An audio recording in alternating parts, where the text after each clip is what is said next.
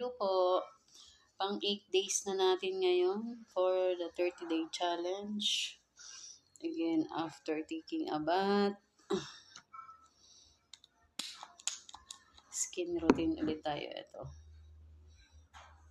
tayo ng serum. Apply muna tayo ng serum.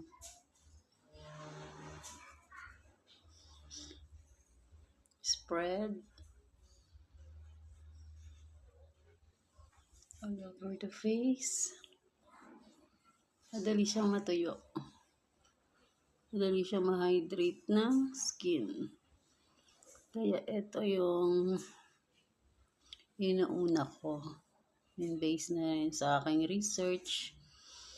Kailangan unahin natin yung serum.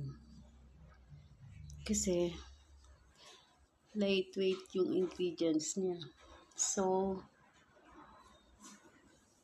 hindi nyo matatrap if maglagay man tayo ng cream.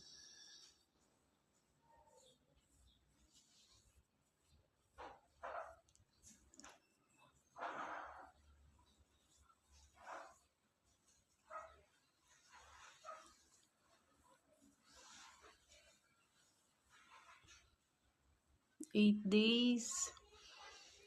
Okay na po ang ating sipon, ubo. Ito nyo, iba na yung boses ko. Unlike the other day.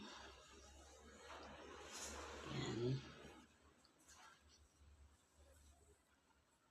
Tuyo na siya, oh.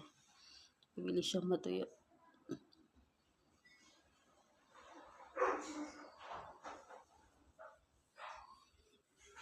Ayan.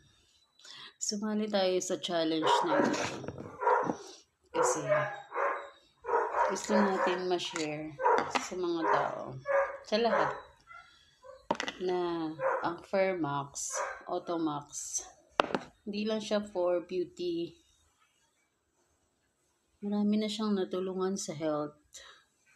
Like heart problem, ulcer, PCOS,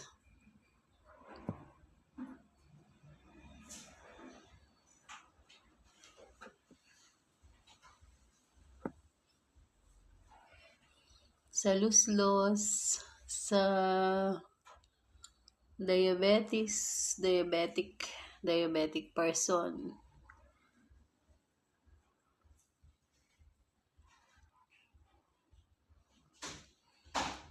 Search lang po natin mga testimonials ng Fairmax 3 Cream.